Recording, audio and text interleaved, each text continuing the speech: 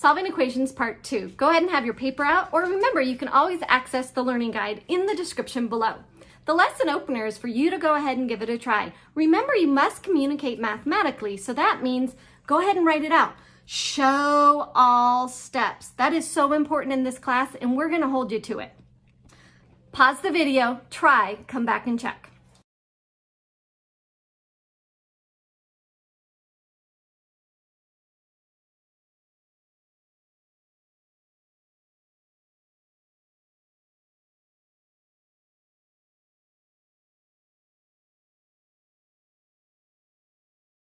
All right, go ahead and check your answers. If you need to, pause it again and look at every single step.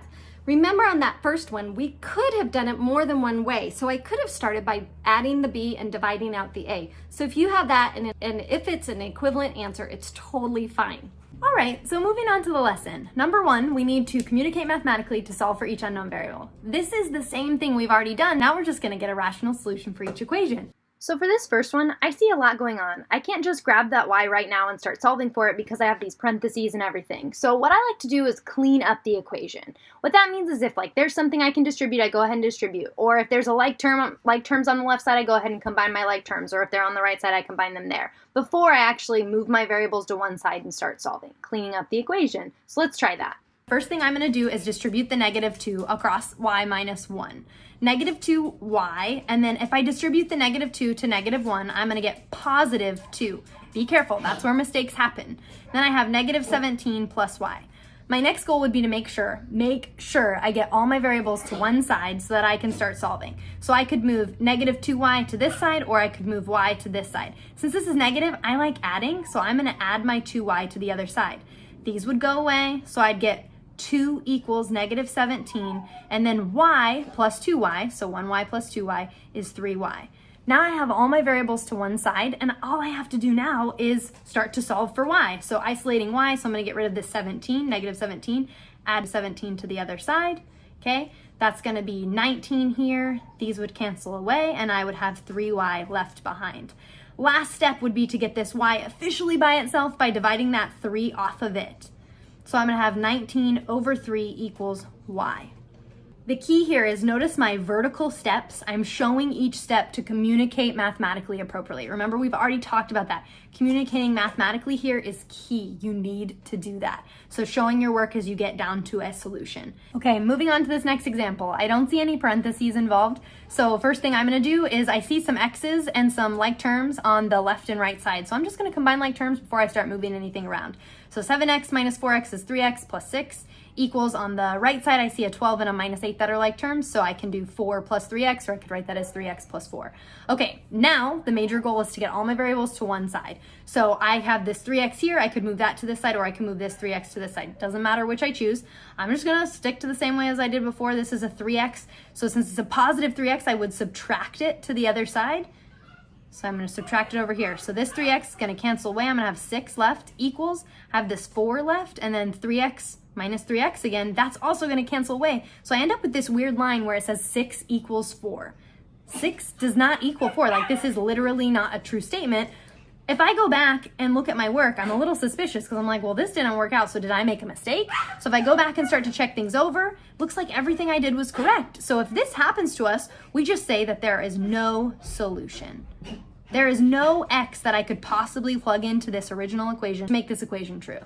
So don't be afraid of that happening. Just go back, check your steps, and if they're looking right, you have no solution. Okay, last example. Okay, so this one's going to combine all the skills we've used so far. So we've learned, okay, we got to distribute when we see those parentheses. We got to combine like terms. We got to move our variables to one side. I see parentheses, so that's going to be the first thing I take care of right away, as I'm going to get rid of those parentheses by distributing the 3 here and the 2 here. So 2n plus 3n, I'm going to be really careful about not writing -4 next. I'm going to go 3 times -4 is -12 equals 2n times 2n is 4n. Again, make sure you distribute that 2 all the way across through both terms. So -12 plus n. Okay, so now that I've gotten rid of all my parentheses, I can go ahead and combine like terms on each side, and then I'm going to be moving variables to one side. So combine like terms on this side, I have a 2n plus a 3n, so that's a 5n minus 12 equals 4n minus 12. Those aren't like terms, but hey, I have a 1n here. So then I can combine these two terms here. So 4n plus n would be 5n. Whoa, minus 12. I'm already a little worried that I have 5n minus 12 equals 5n minus 12. Not sure what to do with that, but if I keep rolling like I have been and just continue to solve, my next goal would be to move all my variables to one side. So I'm just gonna move this 5n to the other side. So minus 5n minus 5n, this would cancel, minus 12 equals, this would cancel, minus 12. So negative 12 equals negative 12. Well, before we had 6 equals 4 and we said no solution. Does negative 12 equal negative 12? That's actually a true statement. So when this happens, it means that no matter which n or what number n I plug into the original, every single one of them is going to work. Any number I can think of to plug in is going to work in this equation. So we're gonna say infinitely many solutions. Any possible solution I can think of in this equation would work. All right, so I've done these 3 equations with you, so now it's your turn to try 3 on your own. Pause, take a moment, try all 3, and then Mrs. Peart's gonna go over those with you. All right, let's see how you did. First line, we went ahead and distributed the 2's on both sides. Then we combined like terms, 9x minus 2 equals 12x plus 8. Then, of course, I want to get the variables together. Now, technically, I can subtract the 9x and move it over, or subtract the 12x and move it over. It doesn't matter, but I always like to keep the coefficient positive if possible. So I went ahead and subtracted the 9x. At that point, I'm at negative 2 equals 3x plus 8. I subtract 8, negative 2 minus 8 is negative 10, equals 3x, divide out the 3, and of course, x equals negative 10/3. I went ahead and flipped it around using the symmetric property. The next one, we add the 12. Ooh, wait a second, I want to emphasize something here. Let's remember to hug it out, right? That w plus 1, I can't just go, oh, let's add or subtract that 1 away. So we go ahead and add the 12. We get w plus 1 hugged out, divided by 7. And then, of course, I want to get rid of that divide by 7. So multiply by 7 on both sides. At that point, I can divide out the 7's on the left-hand side. We often say cancel, but let's keep in mind what the operation is. And we are left with w plus 1 equals 49, which, of course, when we subtract 1, we get w is 48. And then last but not least, went ahead and combined like terms on both sides. You might have already seen what was going to happen, but after you subtract that 15c from both sides, we get negative 14 equals negative 5, which of course is not true. So we say that does not equal, and therefore there is no solution to this problem. I hope you did great. Right, so here we're solving inequalities. Inequalities are just these less than, greater than, less than or equal to, or greater than or equal to signs. So we can just treat them like we would treat a regular equation. Same properties apply. So like for this first one, if I'm solving for x, I'm just gonna add that 7 to the other side. 5x is greater than, just copying the greater than sign instead of an equal sign. Negative 18 plus 7 is negative 11, and then I'm gonna divide off my 5 and get x is greater than negative 11 over 5. I don't have to do anything special because I wasn't dividing by a negative sign there, so I'm just gonna get x is greater than negative 11 over 5, and then next lesson we'll learn how to plot that on a number line. So then for this next one, I know there's some fractions there and they're a little freaky, but if I'm really just solving for x here, then I'm just gonna add this 3/5 to the other side, no big deal, right? So then I get negative 7x, copying down my inequality sign, is less than or equal to 7/5 plus 3/5. They already have a common denominator, so I can add their numerators. 7 plus 3 is 10, so 10/5 would end up being, what, 2? So I have negative 7x is less than or equal to 2.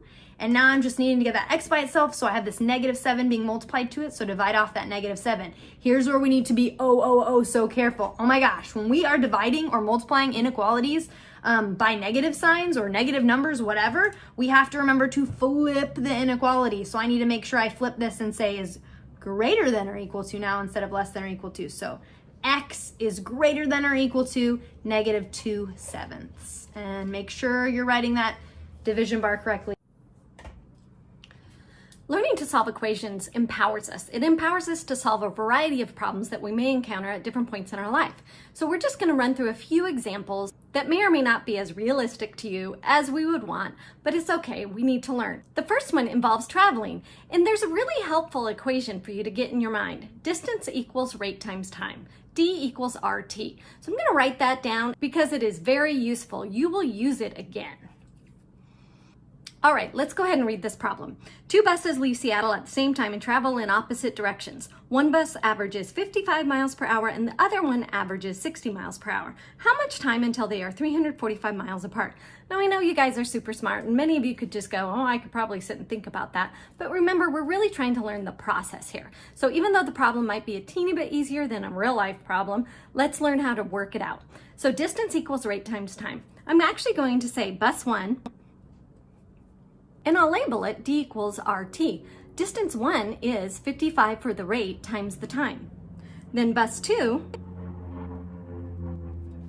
D sub 2 for distance for the second bus equals rate times time. One thing we know is that the two distances that the buses have traveled has to add up to 345 miles. So distance 1, or D sub 1, plus D sub 2 equals 345. And then I'm going to use the substitution property of equality. D sub 1 is 55t plus D sub 2, 60t, equals 345. Remember, I've kept it an equation. Then I combine like terms, 115t equals 345, divide out that 115, and we of course end up with t equals 3. I've solved the equation, but I haven't said and responded to the problem. So, after 3 hours, the buses will be 345 miles apart. So now that we've gotten through a distance equals rate times time problem, let's look at this next one about a triangle. Okay, so this one says the sides of a triangle are in a ratio of 5, 7, 12. What is the length of each side if the total perimeter is 144 inches? Okay, anytime I have a problem where I have a shape involved, I definitely like to draw some sort of shape. So I have a triangle going on and the ratio of sides is 5, 7, and 12, and I'm just eyeballing where to put those. Now, those aren't the actual sides. We have this common multiplier that's involved here. So I'm just going to make x my common multiplier. So it's going to be 5x, 7x, and 12x. And then they tell me the fact that I know is that the perimeter is 144 inches. Well, the perimeter of any shape is just the sum of all of those sides, right? So say, okay, well, I've got the side 5x plus 7x plus 12x equals my perimeter of 144 inches. So when I start to do this math here, well, 5x plus 7x plus 12x, well, that's 24x. They're all like terms. 24x equals 144. Then I'm solving for x, so I divide by 24, divide by 24. X equals 6. Now, the question was, what are the lengths of each of the sides? So is 6 my answer? No, I want to know the length of each of my sides. So if one of my sides is 5x, when I plug in 6, it's going to be 5 times 6, so that's going to end up being 30. And then my other sides, if I plug in 6, 7 times 6 is going to be 42. And then I should totally be labeling these with inches, right? We need to make sure we're communicating appropriately. So 12x times 6 is 72, and then inches. Okay, so now if I want to say what my answer is, I can say the length of the sides are 30 inches, 42 inches, and 72 inches on my triangle. All right, our next question is about 3 consecutive integers. I'm going to once again just really implore you, please do not sit and guess and check. The whole idea of this is to learn to use equations to solve a variety of problems. So here's just another variety. Consecutive integers, that means in order. So 3, 4, 5. 57, 58, 59. So we want to somehow get a variable. We don't want 3 different variables. We just want one variable to solve for. So let's just choose one variable and say the first number is n. Then the second number, how do I get to that? I just add 1. And then the third number, now how did I get to that from the first number? Oh, I would have had to go up 2. So let's write this down, identify your variable, and identify what it means. It says the sum is 399, so I need to add all 3 of those to 399. So we have the sum equals 399. Did you think about the fact that maybe we should have hugged those out? And we absolutely could, and I would want you to absolutely be thinking of it, but we know that we have the associative property of addition, so I can add in any order. So in this case, I technically don't need to hug them out. So I'll go ahead and combine like terms. I get 3n plus 3 equals 399. Finish solving that equation. And we get n equals 132. We haven't finished answering the question though, because it says what are the integers. So if n is 132, n plus 1 equals 133, and n plus 2 equals 134.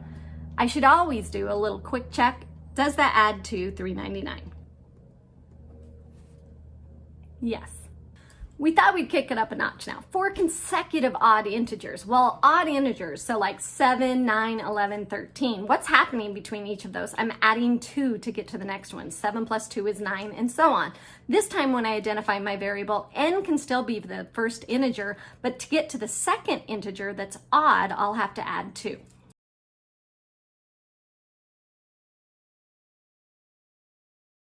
So we have n plus 2, n plus 4, n plus 6. Remember, we are always going back to that first integer. Let's go ahead and add these up, equal to, what is it? 136. Combine like terms and solve. N equals 31, but then remember, first 4 consecutive odds. So 31, 33, 35, 37. And of course, a quick check, I can see that those do indeed add to 136.